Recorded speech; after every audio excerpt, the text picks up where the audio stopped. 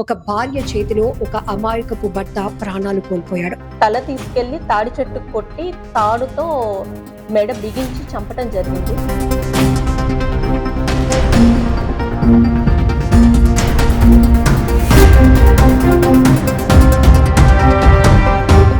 వేరొకరి మోజులో పడి వివాహేతర సంబంధాలు కొనసాగిస్తూ కట్టుకున్న భర్తల్ని, భార్యల్ని కూడా చాలా దిగజారుడుతనంతో, అసలు వాళ్ళు మనుషులు అనే ఆలోచన కూడా మర్చిపోయి నేర ప్రవృత్తి కలిగిన వాళ్ళంత సీనియారిటీతో స్కెచ్ వేసి మరీ అడ్డు తొలగించుకోవటానికి హత్యలు చేస్తున్న ఘటనలు వింటే షాక్ అయిపోవాల్సిందే. అవును, ఇలాంటి కోణంలోనే ఒక భార్య చేతిలో ఒక అమాయకపు భర్త ప్రాణాలు కోల్పోయాడు. అనకాపల్లి జిల్లా చీడికాడ మండలం తురువోలు గ్రామంలో వెలుగు చూసిన ఈ ఘటన పోలీసుల ఇన్వెస్టిగేషన్ లో విస్తుపోయే షాకింగ్ ఫ్యాక్ట్స్ బయటపడ్డాయి. అవును, మొదట డేగల చిన్న అనే వ్యక్తి ప్రమాదవశాత్తు చనిపోయాడు అంటూ భార్య కొండమ్మ అందరినీ నమ్మించింది. గ్రామస్తులేంటి, పోలీసులు కూడా ఆ కోణంలోనే కంప్లైంట్ ఇచ్చింది. అయితే పోలీసులు ఆ ఘటనా స్థలికి చేరుకుని మొత్తం ఇన్వెస్టిగేషన్ మొదలుపెట్టి ఆధారాలు సేకరిస్తే వాళ్ళకి కొన్ని అనుమానాలు కలిగాయి. ఖచ్చితంగా ఇది హత్యే అని నిర్ధారించుకుని ఆ కోణంలో ఇన్వెస్టిగేషన్ మొదలు పెడితే ఆ వ్యక్తిని చంపించింది భార్యే అని తేలింది. భార్య వేరొక వ్యక్తితో ప్రేమలో పడింది, ఆ ప్రేమను కొనసాగిస్తోంది. ఈ విషయం భర్తకు కూడా తెలియటంతో అనేక సార్లు ఇది పద్ధతి కాదు, మార్చుకోని పద్ధతి అంటూ హెచ్చరించాడు. అయినా ఆమె వినలేదు. అవసరమైతే నువ్వు విడాకులు ఇచ్చేసేయ్, నేను అతనితోనే ఉండాలి అనుకుంటున్నానంటూ తెగేసి చెప్పింది. అయినా కూడా ఆ భర్త ఇదంతా పద్ధతి కాదు, మనం ఒక ఊరు నుంచి వచ్చాం, మంచి పేరున్నటువంటి కుటుంబం నుంచి వచ్చాం, ఇదంతా కరెక్ట్ కాదంటూ సొంత ఊరికి తీసుకొచ్చాడు. అసలు ఏం జరిగిందో కేసు డీటెయిల్స్ లోనికి వెళ్తే, వీళ్ళది అనకాపల్లి జిల్లా చీడికాడ మండలం తురువోలు విలేజ్.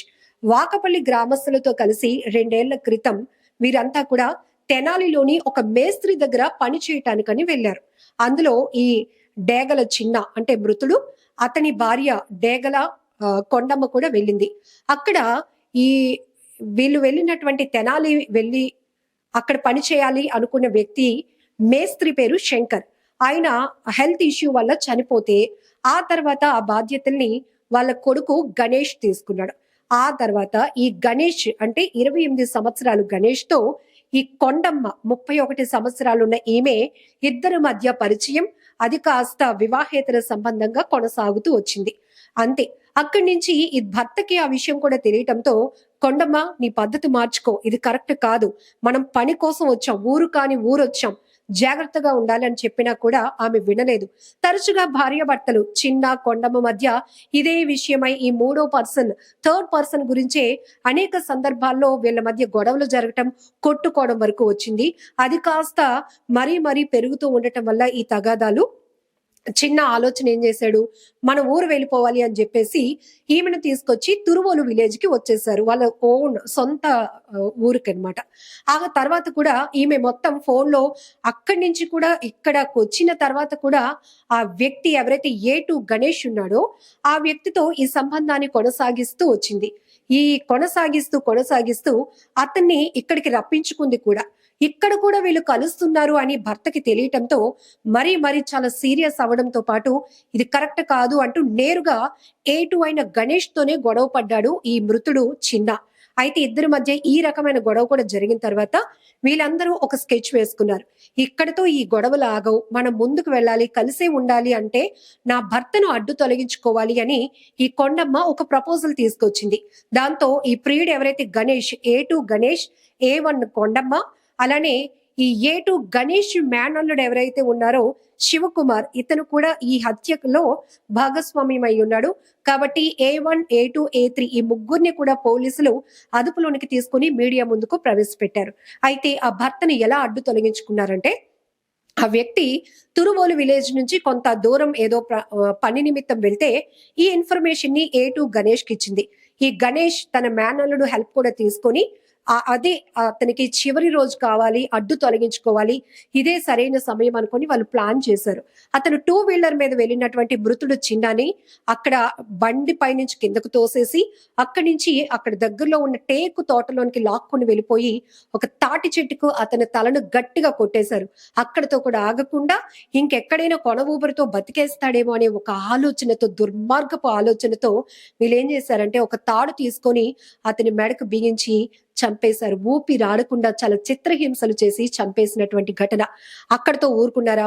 మళ్ళీ అక్కడి నుంచి ఆ మృతదేహాన్ని తీసుకొచ్చి ఈ టూ వీలర్ పడున్న ప్లేస్ కి పడేసి ఇది ఒక యాక్సిడెంట్ లో తను చనిపోయాడు అని చిత్రీకరించారు. అయితే ఊరంతా కొండమ్మ మీ ఆయన కనిపించటం లేదేంటని ఆమెను అడిగేటప్పటికి ఈమె అందరినీ డైవర్ట్ చేయాలనే ఉద్దేశంతో మా ఆయన ఇలా యాక్సిడెంట్ అయింది, చనిపోయాడు అని చెప్పుకొచ్చింది. పోలీసులు కూడా ఆ రకంగానే తప్పుదోవ పట్టించే ప్రయత్నం చేసింది. బట్ పోలీసులు వాళ్ళు నిష్ణాతులు కదా, ఎలాంటి నేరస్తులైనా, కరుడుగట్టిన నేరస్తులైనా పట్టేసుకుంటారు కదా. సో తమదైన స్టైల్లో కేసు ఇన్వెస్టిగేషన్ మొదలుపెట్టి ఈ హత్యకు తెగబడింది ఎవరో కాదు, భార్య కొండమ్మ. ఆ కొండమ్మతో సంబంధాన్ని కొనసాగిస్తున్నటువంటి గణేష్ అనే వ్యక్తి, ఆ గణేష్ మేనల్లుడైన శివకుమార్ అని పోలీసులు తేల్చేశారు. మీడియా ముందు ఆ ముగ్గురు నిందితులను కూడా ప్రవేశపెట్టడం జరిగింది. ఎంత బాధాకరమైన ఘటన అంటే చూడండి, ఒక అమాయకపు వ్యక్తిని అర్ధాంతరంగా అతని ప్రాణాలు తీయటానికి ఏ రేంజ్ లో వీళ్ళు స్కెచ్ వేశారు. ఈ మధ్య తరచుగా ఇలాంటి నేర ప్రవృత్తి చూస్తూ ఉంటే గనక ఆస్తి తగాదాలు, వివాహేతర సంబంధాలే ప్రధాన కారణమవుతున్నాయి. అందుకోసం తమ వారిని కూడా అడ్డు తొలగించుకోవటానికి వెనుకాడకుండా చాలా క్రూరమైన ఆలోచన చేస్తున్నారు కొంతమంది మనుషులు. వీళ్ళు మనుషులు అనాలో ఇంకేమనాలో కూడా మీరే చెప్పండి. ఇక్కడ కూడా ఒక భర్త తను తాళి కట్టాడు, ఆవిడ్ని చాలా జాగ్రత్తగా చూసుకోవాలి, బాధ్యతగా చూసుకోవాలి అనుకునే భర్తనే వేరొకరి మోజులు, అది కూడా పనిలో పరిచయమైనటువంటి వ్యక్తితో సంబంధాన్ని కొనసాగించుకోవడం కోసం తన మెడలో 3 ముళ్ళు కట్టి జీవితాంతం తోడుంటానని హామీ ఇచ్చి బాధ్యతగా చూసుకున్న భర్తనే అడ్డు తొలగించుకోవటానికి ప్లాన్ చేసింది ఈ కసాయిది. ఈ ఘటనపై మీరేమంటారో కూడా కామెంట్ బాక్స్ లో మెన్షన్ చేయండి. కేసు డీటెయిల్స్ అన్ని కూడా నిన్న మీడియా మీట్ లో SDPO శ్రావణి గారు పూర్తి వివరాలు వెల్లడించడం జరిగింది. ఇవన్నీ విన్న ఈ ఘటనలు చూస్తుంటే కూడా మనుషుల్లో ఎంత నేర ప్రవృత్తి పెరుగుతోంది, ఎంత క్రూరంగా మారిపోతున్నారు, ఎంత దిగజారిపోతున్నారు. వాళ్ళకి కావాల్సింది కోరుకోవడం కోసం, దక్కించుకోవడం కోసం దేన్నైనా, మనుషులనైనా కూడా అడ్డు తొలగించుకుంటున్నారంటే సొసైటీ ఎంత భయంకరంగా మారుతుందో కూడా మనం అర్థం చేసుకోవచ్చు. Be alert.